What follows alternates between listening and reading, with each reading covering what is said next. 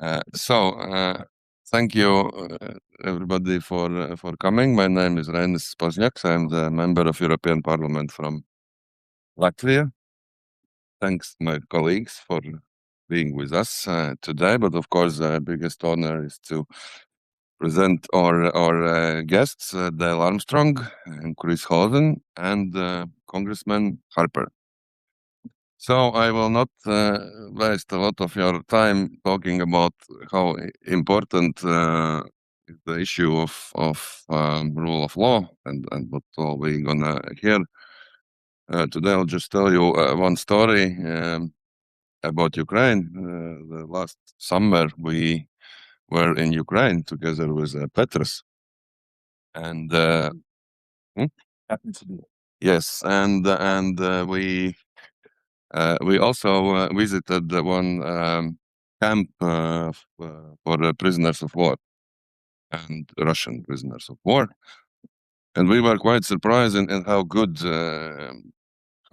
they are treated, how they have medical care, even like better than in some Ukrainian regions, and of course, for me as a Latvian, it was quite emotional and difficult. And we asked Ukrainians, so why isn't it difficult for you to treat them so good? And they said, well, it is, but this is the kind of world we are fighting for humanity, for rule of law. And that's why it's important for us to follow all these values. So I will stop here and give the word to our guests. I think Dale will start. Yeah. So. Thank you for your time this morning. It's a great honor for us to be with you and able to share with you our recent findings that we hope you will take under due consideration. My name's Dale Armstrong. I'm the founder and director of the Armada Network, which is an American nonprofit established back in 1987.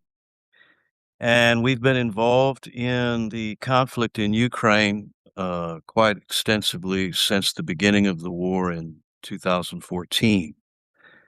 I was in Donetsk in March when the war fell on our head, and we immediately began to get involved with the rule of law, constitutional reform, and doing as much as we could to build trust in helping those institutions that were being affected by the war. Throughout the past 11 years, we've had some very interesting dialogues with former presidents, members of parliament, and have done our best to assess the survival of these institutions during war. I was sharing earlier with my good friend about one example in an evangelical church in Odessa, where they have helped over 75,000 IDPs.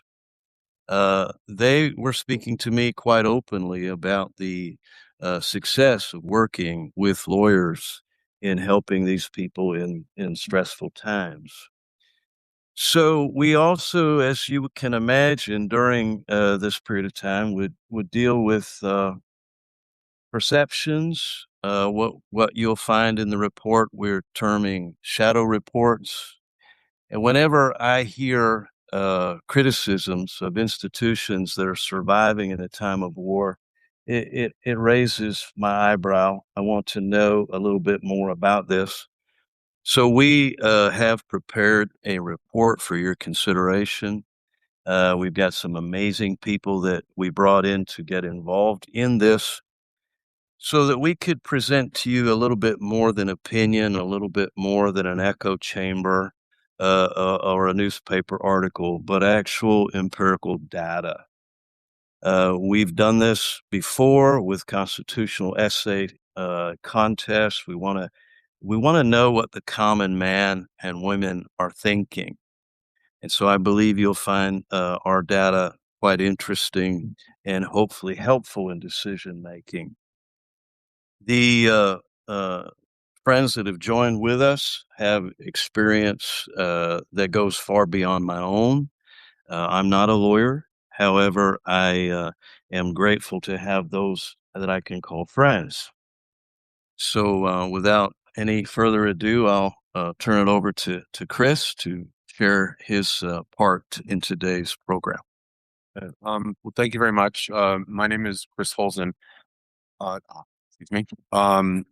As a way of background, I served for 20 years as the country director for the International Republican Institute in Ukraine, which was a United States funded democracy promotion program. And as part of my duties during that time in Ukraine, we worked across the spectrum in the areas that overlap with general rule of law, political party support, and working with regional governments as well. And of course, one of the things that we did often was we worked with lawyers, particularly around elections.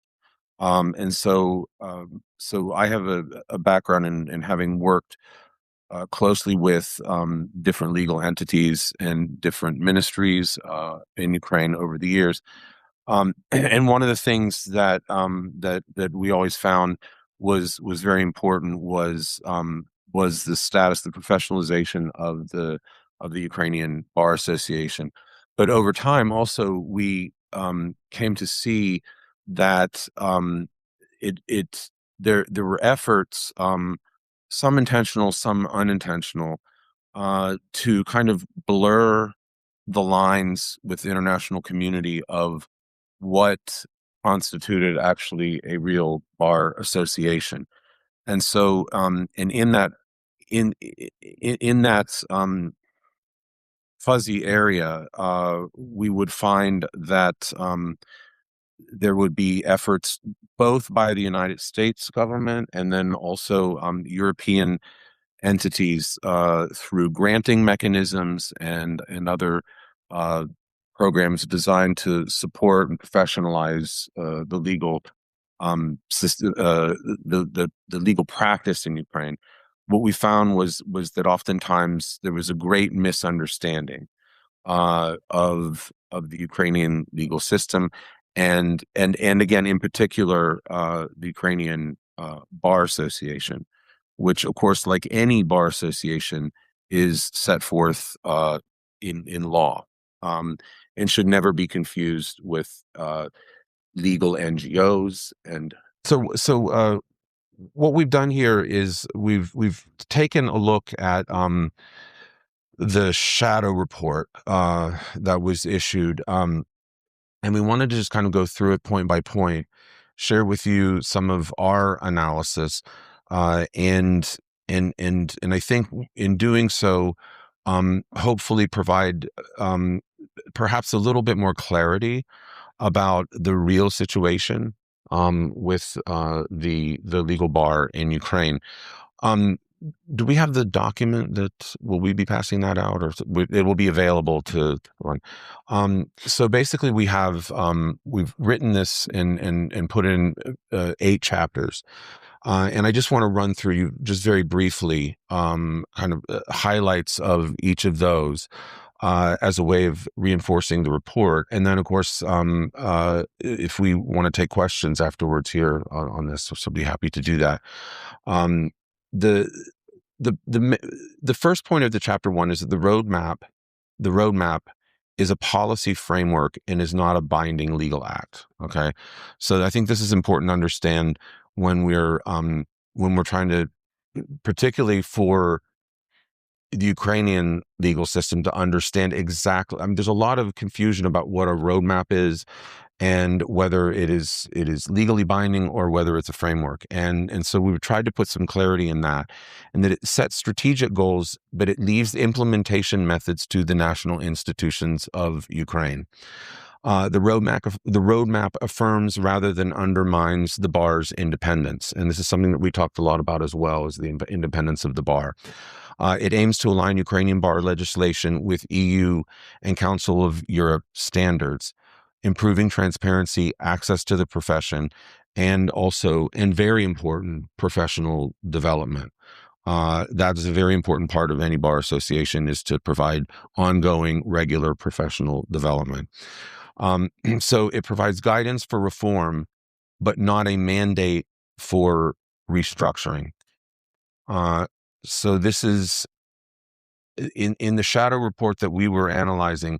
There are calls for what I would say is radical restructuring of the Ukrainian Bar Association, and as far as we're concerned, this is not what a shadow report should be doing. It is for guidance for reform, not a mandate for radical restructuring. So in the second chapter, the focus areas are on elections, digital tools, and of course the bar as an organization that provides discipline within the profession, which is very important. Chapter 3, the bar is already implementing reforms within its current mandate. This is important to point out as well. This gets lost oftentimes in some of the debate in Ukraine around bar reform. The decisions of the Bar Council show concrete actions currently. There's an alignment with EU directives on foreign lawyers, updated disciplinary procedures, regular updating of that, and mandatory continuous professional development, which the Ukrainian National Bar Association is providing. The bar maintains internal financial audits and control mechanisms. The fourth chapter covers the shadow reporting and the limits of its use. The shadow report does have some good recommendations in it, but again, it's the overall method with which we see some entities in Ukraine pushing an interpretation of the shadow report that we think is erroneous. The roadmap framework logic in this shadow report is replaced with detailed institutional redesign. Again, we find that to be outside the mandate of what a shadow report should be offering. It ignores wartime realities of Ukraine, which I think is shocking to me, quite frankly. It ignores existing reforms that the bar has undertaken, which are substantive, and ignores internal self-government mechanisms based on an assumption that if you're doing internal policing yourself, that somehow that's not adequate enough. And if you're going to make that accusation, you need to be very concrete about what those failures are. And we don't think the shadow report does that. It's basically become an alternative, unauthorized roadmap. So again, exceeding its mandate. And then just go briefly over some of the remaining chapters here. We go into some detail about the conflicts of interest that we see in the reporting, and what I would argue is a very there's an ecosystem in Ukraine among the NGO community whereby you have organizations that are interrelated with one another, and they are self-reinforcing each other's commentary and analysis of the Ukrainian Bar Association. And I would argue, and again, the report goes into some detail on this, about what we would argue is our conflicts of interest, closed expert networks, ill-defined, and then advocacy funding, when advocacy funding and evaluation merge together in the shadow report, you start to see agendas that we argue do not have much to do with creating and defending a professional bar association. It risks becoming a tool of policy then, and that is something that we think, frankly, is dangerous. It's capture, it's not accountability, and this is a grant-driven NGO ecosystem. Now, I worked for an NGO in Ukraine for 20 years. I support NGOs. I think they do a great job. There's no bigger advocate than me for the importance of civil society and NGOs. But it doesn't mean that every NGO that's making a recommendation is without an agenda. And it doesn't mean that every NGO is actually fulfilling its obligations that publicly states what they are.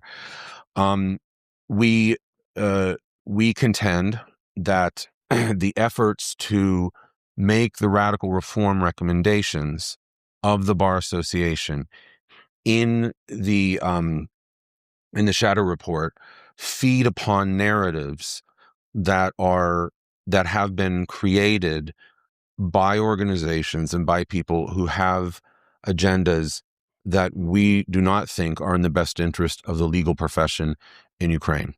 And that's a very serious charge. And so we want to be very clear that we see that, and that we think that it is, this is the reason why we put all this effort into being here today, and looking at this, because it has very, very, very serious implications, particularly in a country that's at war, where there are discussions about territory and sovereignty and those types of things. It is at the core of that. Just in conclusion, there has to be, I think,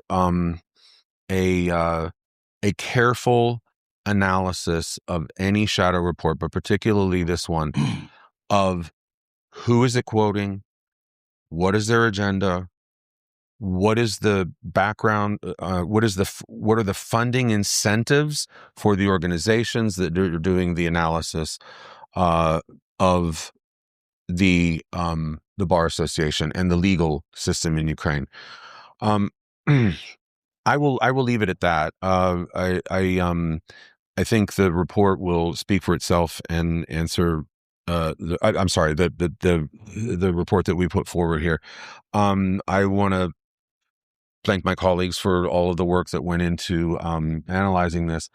And again, let me just also say, we want to, those who are have been involved in doing the shadow reporting, though we are critical, we appreciate what they're trying to do. They are trying to help Ukraine. They put a lot of work into it as well.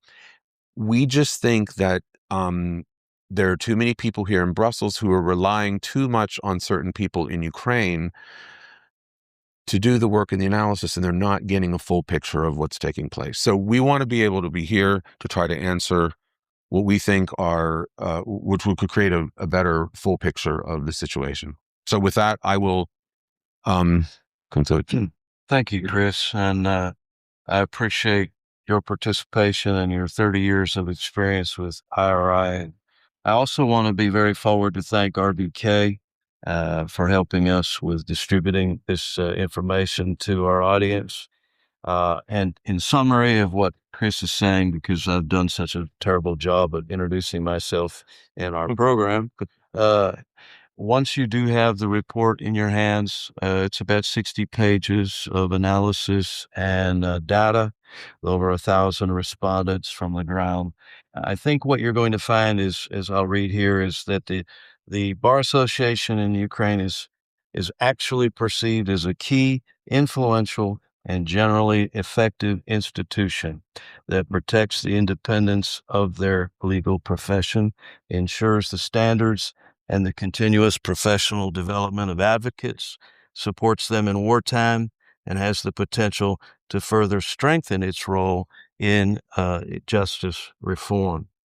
And again, not to, as we say in the U.S., beat a dead horse, but for them to maintain such a level of reform during 11 years of war, to me is incredible. And so I do find that based on the data that was put in front of me, suspicion and correction and criticism need to be taken with a grain of salt. In fact, I believe they need to be commended for their position during this period of time. And we're very, very honored to have Congressman Greg Harper with us, who, as a congressman, exhibited tremendous renown as a bipartisan member of Congress, which means he's been always able to work both sides of the aisle, and which means and requires that you see any issue from both sides. And so I think his comments on our reporting will be very effective for us as a body. Sir? Thank you so much. And it is an honor for me to be here on behalf of Armada Network and at the request of MEP Rinas Posnaks. I have great respect for the determination that Ukrainians have exhibited under very difficult circumstances and, of course, under the weight of war with Russia. I also appreciate the solidarity and support of our European partners in assisting Ukraine both materially as well as within the context of political reform. As you know, the Ukrainian National Bar Association has a special status of a non-governmental, self-governing, self-regulated professional organization of advocates with compulsory membership. The Constitution of Ukraine stipulates that the bar acts to provide professional legal aid in Ukraine. The independence of the bar is guaranteed. I am here today to show highlights from a report prepared by Armada Network on the Ukrainian bar, legal reform in Ukraine, and in the context of Ukraine's ascension to the European Union. We must support this constitutional right. The Ukrainian National Bar Association is a part of that constitution and works without any restriction or exception. Why would you create turmoil for more than 70,000 bar members by giving any weight whatsoever to these so-called shadow reports? That should be enough without having to fight a propaganda war waged by outside groups. You cannot give credence to groups and publications whose goal is to destroy the public's trust in the profession. These self-interested, well-funded outside groups conduct manipulation with little or no interest in the truth. The result of Armada's survey, The Institution of the Bar in Ukraine Under Wartime Conditions, confirmed the basic analytical conclusions of this report. The survey data do not indicate any discrediting of the bar or the Ukrainian National Bar Association. On the contrary, they attest to a high level of institutional stability and professional trust under martial law. Thus, empirical data directly supports the thesis that the correct implementation of the roadmap should be based on the modernization of the current model rather than its dismantling. The roadmap on the rule of law, approved by the government of Ukraine as part of the negotiation process for ascension to the European Union, defines the strategic direction for reforming the bar as an independent, self-governing legal profession. The roadmap on the rule of law as it relates to the bar is a policy framework document. It is not a law, directive, or a binding regulatory act, but rather sets out strategic goals, benchmarks, and timelines for reforms within the framework of the European integration process. The roadmap does not contain requirements to dismantle the current model of bar self-government, does not provide for the subordination of the bar to state authorities, and does not impose specific organizational architecture on the professional community. The roadmap provides for the preparation of legislative changes regarding the bar in the medium term, specifically by December of 2026. This approach indicates the reforms are evolutionary rather than revolutionary. The document allows for the reform of self-government bodies, the improvement of electoral procedures, the development of digital tools, improvement of cybersecurity, and the updating of disciplinary mechanisms. However, none of these provisions give individual public organizations or expert networks the right to impose a single model of self-government or to question the constitutionally guaranteed independence of the legal profession. The very nature of the legal profession, which by its essence cannot be reduced to algorithmic or purely technical skills, requires special consideration. In their work, lawyers constantly conduct independent research on legal positions, interpret norms, formulate arguments, and work with very unique human situations that cannot be standardized or reduced to test models. Lawyers not only apply the law, but also persuade, with words, logic, language, and the ability to build trust. The professional activity of a lawyer requires developed communication and analytical skills, the ability to work with people in situations of conflict, stress, or vulnerability. This requires not only a thorough knowledge of the law, but also other elements such as psychology, ethics, rhetoric, and in a much broader sense, general humanities training. It is these qualities that determine the effectiveness of human rights protection and cannot be fully assessed solely through digital or automated tools. In this context, the complete digitalization of qualification procedures without preserving elements of live professional assessment can lead to a distortion of the perception of a lawyer's competence and a narrowing of the understanding of the profession to a set of formalized knowledge. European standards are based on the assumption that the legal profession is a humanitarian legal profession based on working with people, not just technology. Therefore, the correct implementation of the roadmap should take this dimension into account and combine digital tools with forms of assessment that allow for testing a candidate's ability to argue, communicate orally, and exercise professional judgment. This approach is consistent with the standards of the Council of Europe, in particular the UN Basic Principles on the Role of Lawyers and the recommendations of the Committee of Ministers of the Council of Europe, which view lawyers primarily as independent defenders of human rights, whose professional competence includes not only knowledge of the law, but also the ability to communicate personally, exercise professional judgment, and defend human dignity. Proper implementation of the roadmap in terms of digital solutions, instead, it provides for a professional approach. Digital tools can be used to register participants, verify mandates, transparently remain in a mode that ensures maximum trust and stability.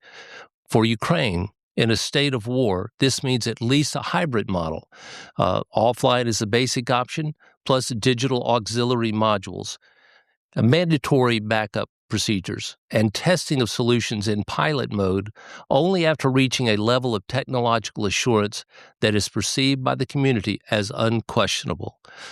Ultimately, the requirement for electronic voting as standard is not a technical improvement, but high-risk political engineering. It could undermine trust in self-government, create prolonged turbulence, and give the enemy additional tools to influence the legitimacy of an independent legal situation. That is why such a recommendation should be assessed by the EU not as a sign of progress, but as a potential regression in stability and legal certainty. Voting or a recount, doing digital, it lacks, at this moment, the confidence of accuracy when talking about those digital solutions. Digitalization is a cross-cutting condition for the correct implementation of the roadmap in relation to the legal profession, as it directly affects the transparency and quality of key professional procedures. Access to the profession, continuing education, disciplinary responsibility, and the maintenance of registers. At the same time, digitization should be understood as a creation of a digital infrastructure for bar self-government that increases objectivity and manageability and, of course, accountability. Digital tools should be an auxiliary environment, not a replacement for the professional nature of the legal profession. Legal practice is not just a procedure, but above all communication, it is persuasion, working with evidence, clear psychology, and, of course, understanding human vulnerability. Therefore, the incorrect implementation of total digitalization risks producing formal competence without professional maturity and ethical responsibility, with, of course, direct consequences to anyone interested in the access of justice. There are areas of importance when considering the roadmap or the standards of the European Union or the Council of Europe. First, the shadow reports ignore the fact that the roadmap is a policy framework and does not establish a mandatory model for the organization of bar self-government. Instead, the framework goals, transparency, accountability, and efficiency, are interpreted as a basis for reestablishing institutions. introducing external control mechanisms, or actually changing the nature of self-government. This replaces the logic of the roadmap, which provides for evolutionary improvement through institutional procedures rather than dismantling and replacement. Second, shadow reporting systematically fails to take into account the steps already taken to implement European standards, as set out in Bar Council of Ukraine Decision number 125 and the roadmap implementation process.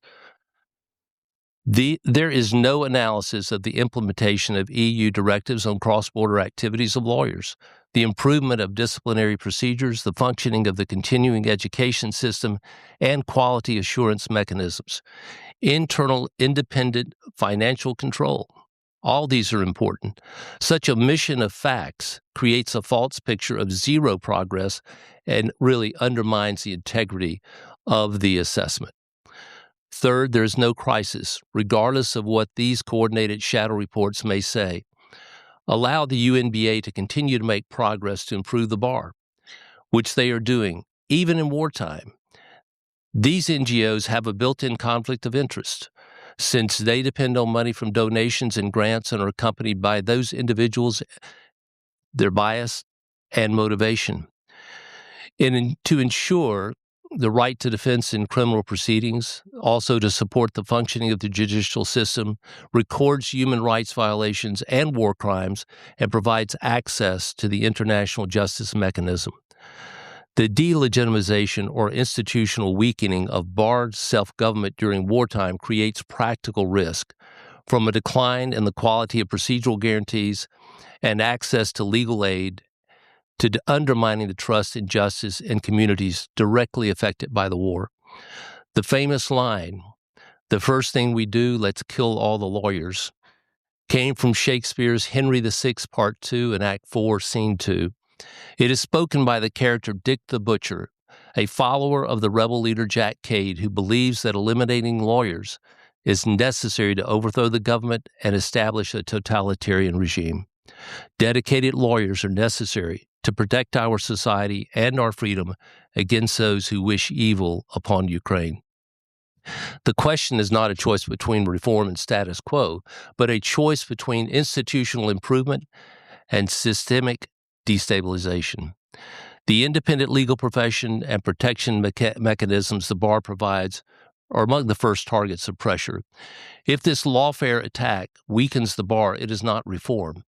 Anything that weakens the bar weakens Ukraine. Through the planned evolutionary process, you will make the bar stronger, more effective, maintain its constitutional independence and self-government, and you will make Ukraine stronger. And ultimately, one day, by Ukraine's inclusion in the EU, will make the EU stronger. Let's work to strengthen the Ukrainian National Bar Association as we prepare and plan for the future. Do not allow politically minded outsiders to weaken it. The Ukrainian National Bar Association was created from scratch and has gone on an amazing journey of hard work to create this. And this is necessary for the good of the profession and for Ukrainian citizens. Let's continue to make the bar better despite the challenges and propaganda from outside. Well-funded groups that want to sow discord for their own gain and interest. These information attacks against the bar need to stop for the good of the country. The attacks are coordinated and clearly well-funded, and those attack groups do not have the best interests of the legal profession in Ukraine at heart.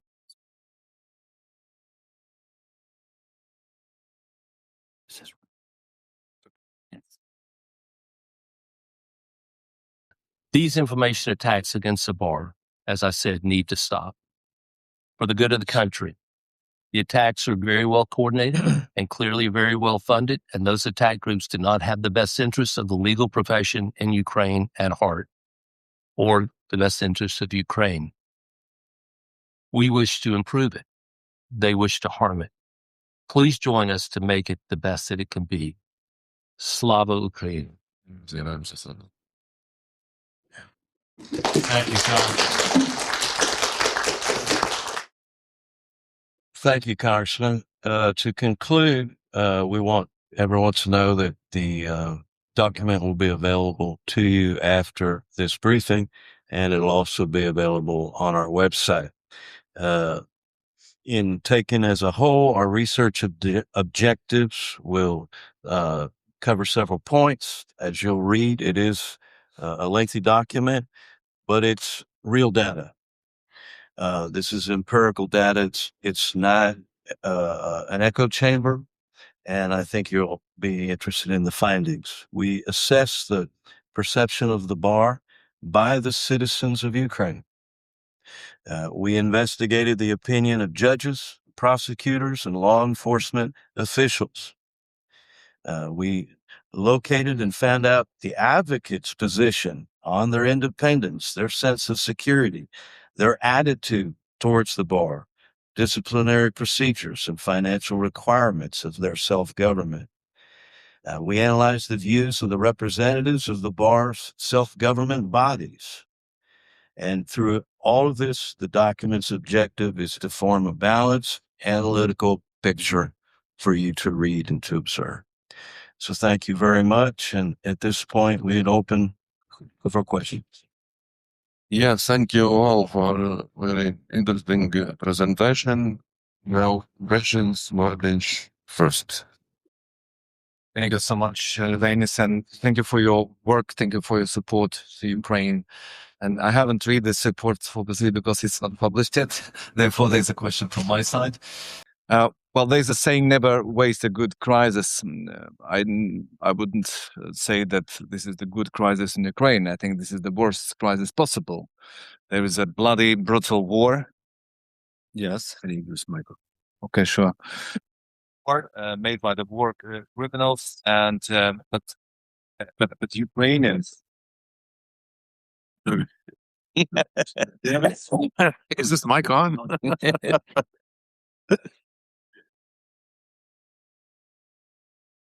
So, but I think Ukrainians has made a lot to change the legal system, as well improve their fight against corruption.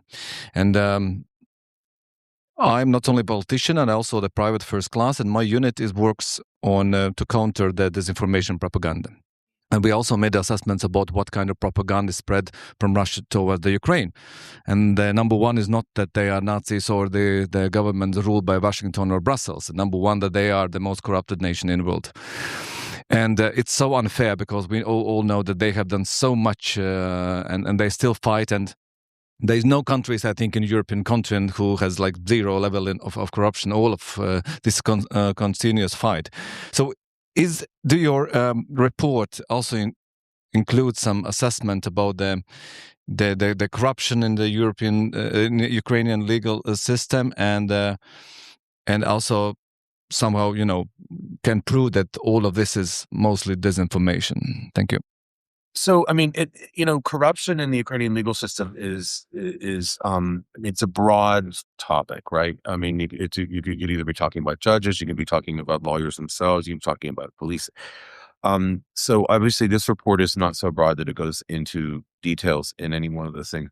But what it does do is it talks about those types of things that you have to have developing in a bar association that would be one that contributes to a decrease in corruption. So, for example, the regular training, professional development that is required by the bar, which, by the way, the shadow report completely ignores and also recommends in some cases to undo. Yeah. It is this professional development through which anti-corruption programs are being trained to lawyers and anti-corruption law is being discussed. So, I mean, we don't address corruption head on in that way, but the things that contribute to institutional decrease in corruption professionally in Ukraine are the things that we think are under attack, right? And so, to that extent, we see this report as defending a system that is helping and has been helping to decrease corruption over time. But in particular individual cases or different aspects of it, we don't go into great detail there. I don't know if that answers the question. Yeah. But I would add to that, it also addresses the perceptions that make people vulnerable to disinformation. And, we see it in different stratas of how the Russians have attacked, being an evangelical pastor, they've attacked the freedom of religion in Ukraine. And so you have to respond with facts. You have so much in the shadow reports that it's not data. And so we hope that the analysis that's laid before a considerate reader who would go through it intellectually and be intellectually honest will no longer be vulnerable to the winds of disinformation. Yeah, thank you. Fantastic. Any mics? Got one more here. Yeah, pass it. It's always the Yeah, looks like all right, there's the people. That's good. All right. yes. A big and little. Thank you for your interest, first of all, to Ukraine and to Ukraine's present situation. I highly appreciate the US support for Ukraine's membership in the European Union. It's a bit unusual, I have to admit. Hearing some critical remarks from Trump administration towards EU, but nevertheless, hopefully Ukraine will make European Union better and will reform for better end. Yeah, but membership in EU means harmonization with certain legal provisions and norms and regulations, as well as with the Council of Europe, by the way, provisions, and US is a part of the Council of Europe, which I appreciate as well. Those reform goals or criteria, like increasing transparency, accountability, they sound great, and it should be as a final destination. To what extent you think the working group, which was established earlier this year by the government of Ukraine, pursues those goals? Accountability, better accountability, transparency. To what extent, the drafts so far circulating around might contradict with the previous goals which we support. And I noticed that there is a disagreement on kind of the self-governance issue. Can you explain? What will be a major change from a present to a draft kind of reform? You think will be really a decrease in self-governance of Ukraine's Bar Association if those proposals are taken aboard? Because I'm not personally aware of the all, let's say, concrete proposals which are in those working group lines. So I would appreciate being better explained in this regard. Thank you. Your turn. So thank you very much. That's a excellent question.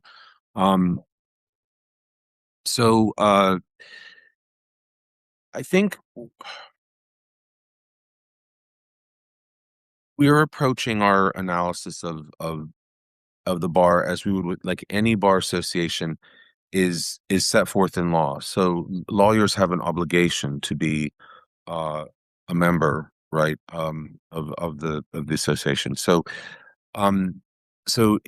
within that, it is incredibly important. This is something that has a requirement on a profession. So its independence is paramount.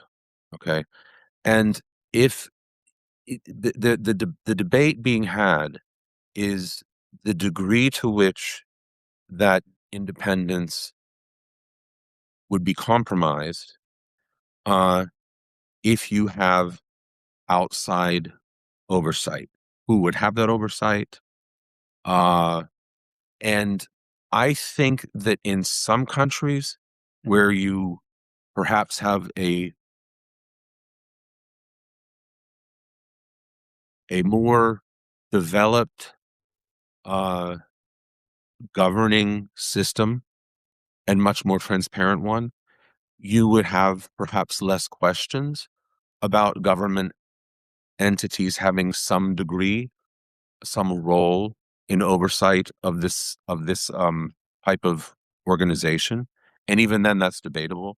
But I believe that in the case of Ukraine, we err on the side that self-governance of the bar will provide it with stronger independence than any kind of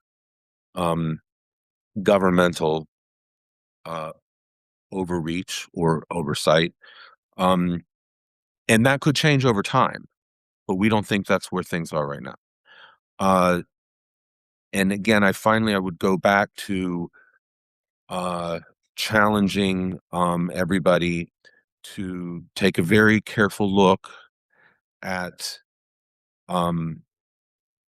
those organizations which are advocating not just for reform in the accountability within the bar, which the bar has admitted itself that it has needed over time, and it has gone to great lengths to address that. But what are they advocating? They are advocating that unaccountable, opaque, politically oriented NGOs be the ones that provide the accountability. Again, over a profession where everyone is required to be a member of that, which would give incredible power to a small clique of people. And that's kind of what we're trying to highlight here. And just make certain that that this is taken into account. Nobody is suggesting that there is not a need for constant improvement in any of the professional organizations in Ukraine. And I'll add also, because I think it's such an appropriate question, and some of the data in the report will address it. But I think one of the areas, just in as a layman, and some of the conversations, is that first you have a constitutionally established institution that is to be independent. So this self-government, how do you define it? What is your criteria? Because as I understand it, there's maybe 24 different bar associations, all having a different level of criteria based upon their nation. The same would go with transparency. So one man saying he's transparent is another man saying you're covering something up. We have to know what criteria to measure the transparency by. And I think if you'll it might be a good exercise just to go to the bar's website. I think their transparency is forthcoming, and I think, in fact, that they offer more than maybe even required. But again, until the criteria is a bit more detailed, it just becomes a bar fight. Pun intended. Thank you. Any other questions? Yes, please. Do you hear me? Yeah, good. My name is Milana Golovani. I'm Ukrainian journalist. Actually, this is a question for Mr. Hollison. I didn't really get your full points on shadow reports. I mean, can you name it as a good quality document that reflects the real situation, or some information could be twisted here? Thanks. I think we're pretty clear that we're quite critical of the shadow report. When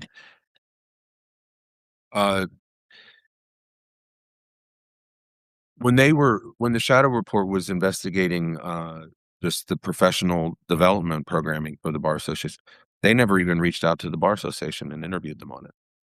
I mean, there's countless practices that I think those who put this report together fell short on. Again, I don't want to question their motives, right? Of those here in Brussels who oversaw this reporting. But what I am suggesting is they have an over reliance on certain people and groups in Ukraine, and that influences how they are assessing the bar, and that the type of real rigorous analysis, using polling data, using professional interviews, it just falls short. And so I mean, this is why we're here.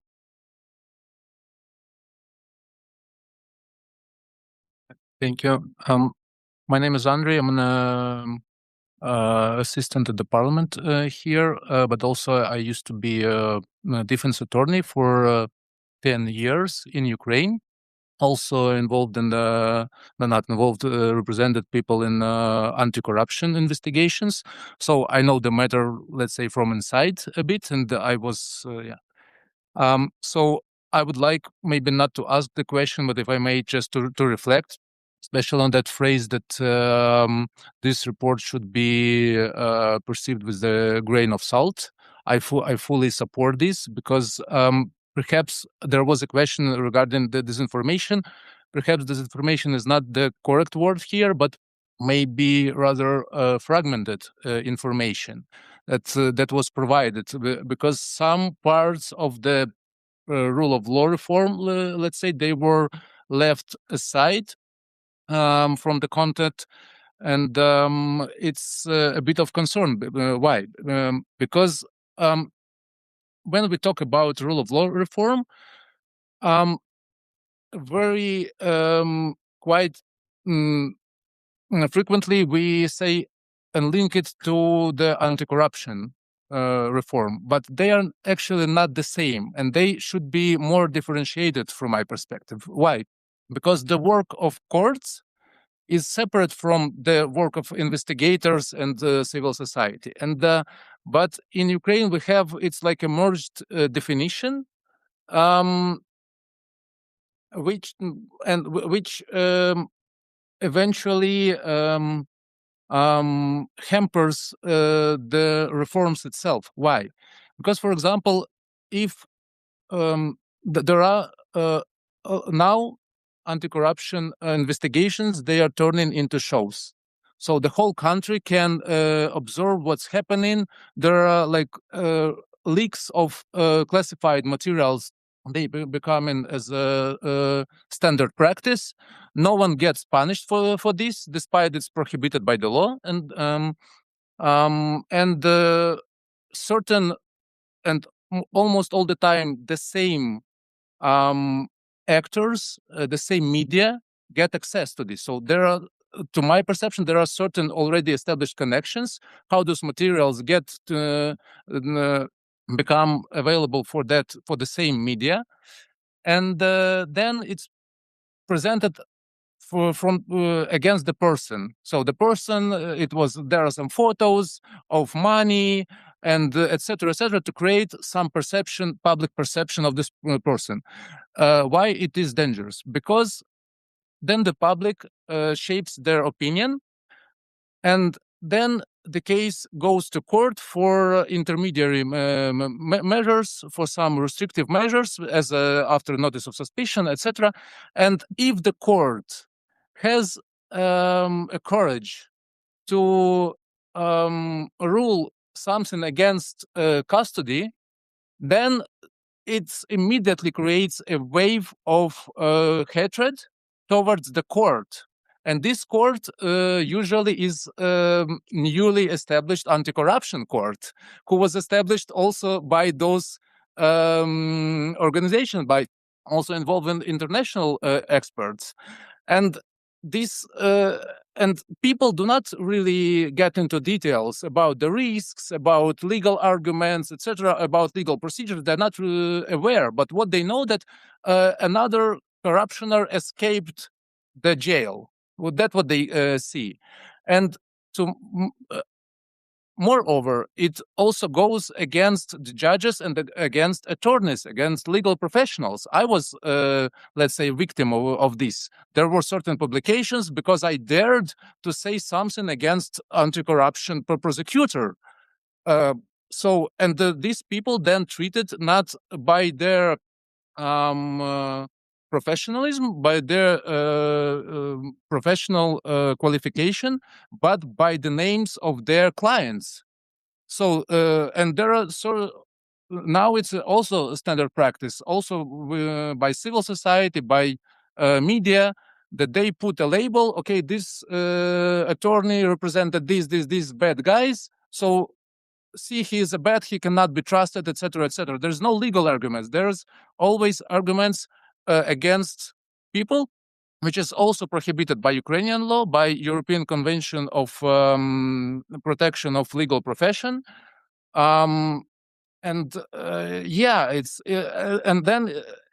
So what I want to say, the way the reforms are conducted in Ukraine, in many ways undermines the very sense of those reforms, because by this extra stress towards anti-corruption efforts, we create very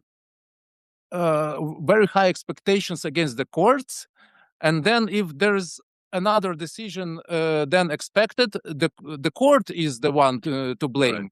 And it means that regardless of any efforts in terms of judicial reform, the court will be always guilty, always to blame, and it undermines the very sense of that reform. So it's... You have a good grasp of the frustration that's current. The problems are very, very real.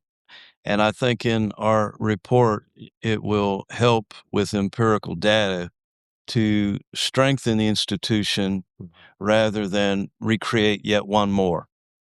And the answer, is always to create a new bicycle, a new institution to try to fix a consistent problem. And it's our thought from the analysis of the document that we need to strengthen the Bar Association as it is and cut down the lawfare. They're being buried in processes that are not necessary. And in that, strengthen the decision-making processes one at a time and win each battle one at a time and restore the confidence in the legal system in Ukraine.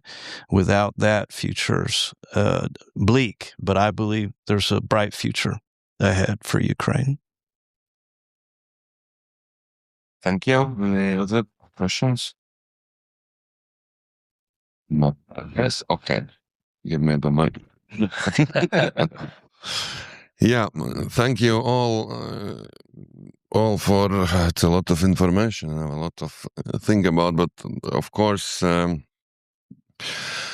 the corruption, we basically Latvia went all through this not so long time ago and still are going through this. It is issues that it's not possible to fix in the one day, because it takes a lot of time, including changing of mindset of society, because not so long time ago corruption was like a normal thing, like way of business, and it needs to be changed. We also had all the same issues about leaking informations to media, to putting labels.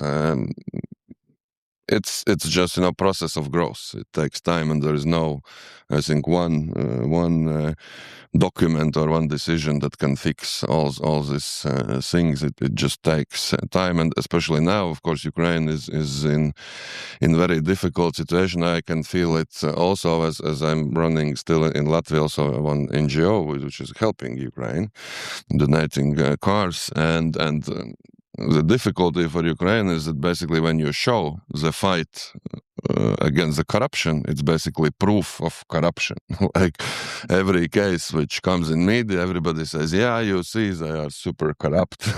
and and that is quite kind of difficult challenge, but we will survive and win. And I think today's discussions shows that we cannot like relax, that we have more battlefields than just in the front line, and our enemy is fighting in many battlefields, and of course the system of justice is like main construction of democratic country, and of course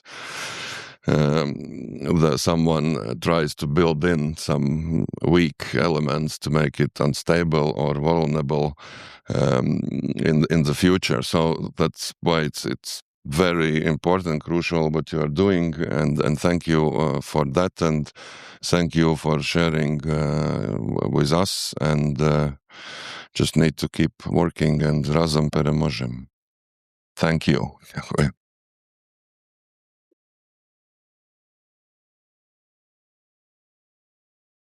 That's it. Now unofficial part. Thank you so much. Pleasure. Thank you for helping me.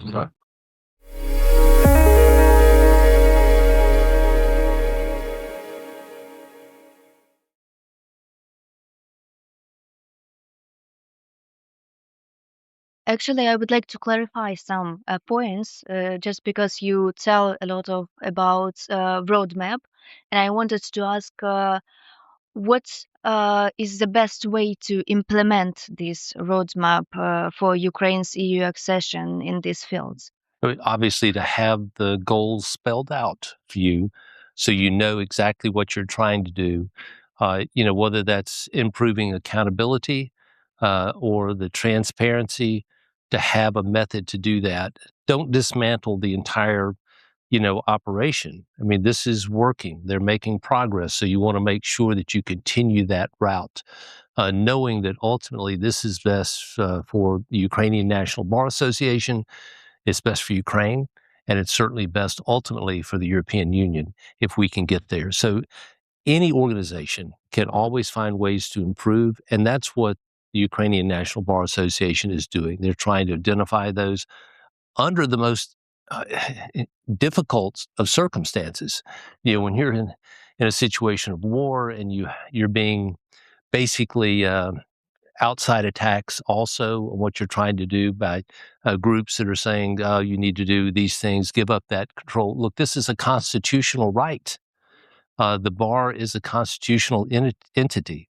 And so their independence is guaranteed by the Ukrainian constitution. So anything that can be done to keep them on that goal, and also realizing that ultimately inclusion in the European Union is best for everybody. Can you highlight 3 points? Let's say, do you see on political? On this independent bodies in Ukraine? Well, obviously, if we had to say what's our immediate goal, would be that the war would come to an end, that Russia would stop. And that's best for not just for Ukraine, the European Union, but the entire world. And this is something that they have to look at. Look at the incredible cost of life on both sides. But I believe the last count I saw just for Russia was well over 1 million deaths or casualties. And so these things are ones that we have to look at. And to be able to operate under that environment, the stress of that is very difficult for Ukraine, for any organization, particularly when we look at what the Ukrainian National Bar Association is having to endure as an entity. When you're in this situation of martial law, and you're dealing with these things in the country, my hat's off to them for the courage that they've shown to withstand this. And so, if we talk about the end of the war, our victory, what kind of shifts should be done to, let's say, to this wartime strengthen our institutions? Well, you can't stop. No matter what the circumstances are, no matter what's going on, you have to move forward. You have to maintain those goals regardless of the cost, regardless of what is happening. But again, what I've said is just incredible courage on the behalf of the Ukrainian people, and particularly when you look at the Ukrainian National Bar Association, what they're trying to do to make it themselves stronger, to withstand that, and the goals that they have as outlined in the roadmap, and trying to meet those European standards, which I submit they're doing. That I'm just very impressed and proud of them.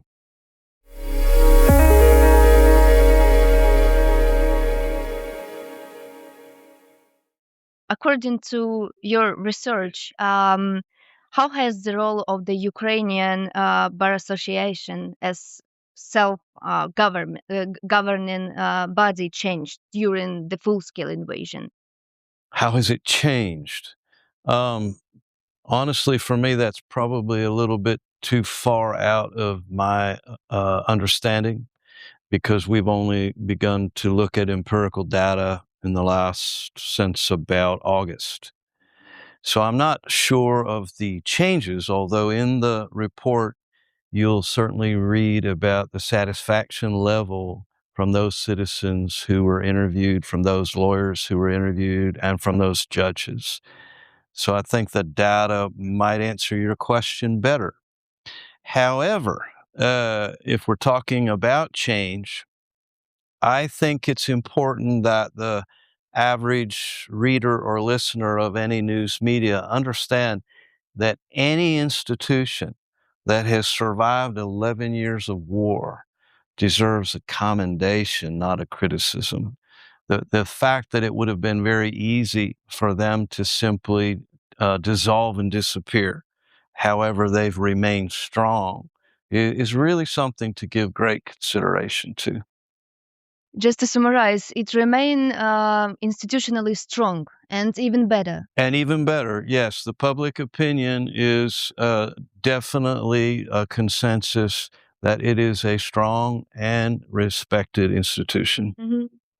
Actually, you mentioned also, following your speech, you mentioned accountability and transparency of independent legal profession. Well, that is actually the question. What does transparency mean? And the criteria hasn't really been presented in such a way for Ukraine to say they've reached that milestone or that goal. It's easy to say you need transparency, but what does that mean in actual steps? How can I verify that criteria? And for the very little criteria that exists, I believe a visit to the bar's website satisfies. In fact, I believe they go beyond what is required or what is asked, keeping in mind that constitutionally they're established as an independent self-governing body. So really it's up to them to decide how much to reveal, how transparent to be, how accountable and to whom, as long as that accountability is within their self-governing body. If you understand, if constitutionally they must be a self-governing body, then they must be accountable to themselves and to their own members.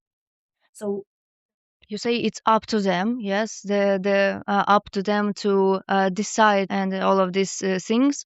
But what's your opinion? What kind of, I mean, what amount of information, for instance, they can reveal? Well, I think the easiest way would be to categorize principles rather than procedures.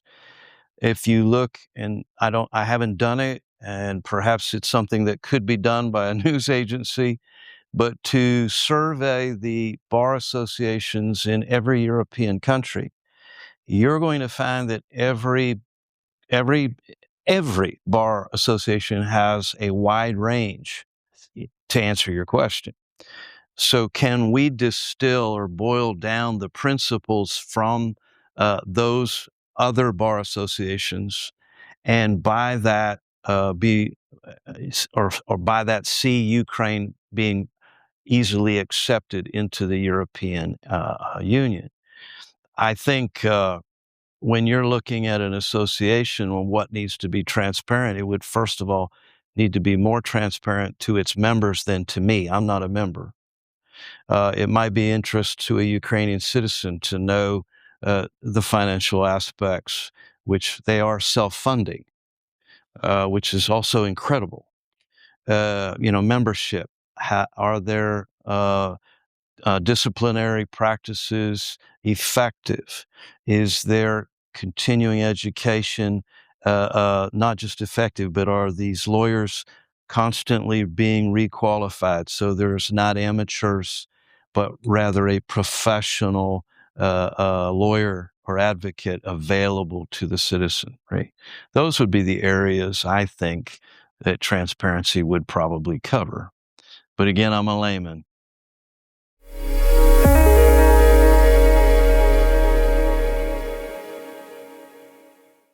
Yeah, actually, I have only one question, just because I already clarified your position on shadow reports. So I have the next question. It's about the future side. After the end of the war, what system changes should happen in the legal profession after victory, so that the wartime experience strengthen our institutions? What changes need to take place in the legal system Yeah. after the war? Exactly. Well, that's a very, very, it can be a difficult question and it can be an easy question. Let me give you both sides of this. So the easy answer is that your legal system is based on your constitution and your laws are determined by your parliament, and your parliament is elected by the people. So it's a political process. So it's whatever the Ukrainian people want, right? And the needs of the country are going to be very different than what they are right now. And that will only be determined through the political process, right? I can't answer that. That's the complex part. The easy part is that it is just constitutional. It's just legal. But the laws are working right now, right? They're not perfect. They're not perfect in my country. They're not perfect in your country. We have a lawmaker who's here. His job was to change laws every day, write new laws, amend laws in the United States of America that's 250 years old. In Ukraine, you have lawmakers doing the same thing, right? That process is ongoing. I don't think it changes after a war. I think it just continues to be an evolving process. After the war, it should be easier to reform and to implement in some things. So probably it also depends on the current moods of society. It could be much more difficult. You have a very unified political electorate right now because of the war. After a war, it can be very divided, very fractious, very difficult to pass legislation. So it may be more difficult. You said it would be easier. I disagree. I think it would be much more difficult. Right now, passing the laws is a little bit easier because you have a national consensus. After any war, now everybody goes back to all the other things and then the debates and the politics becomes more complicated. So legal changes, I think, after war will be more difficult. Yeah, but that's normal, right? That's normal. It's called democracy, right? So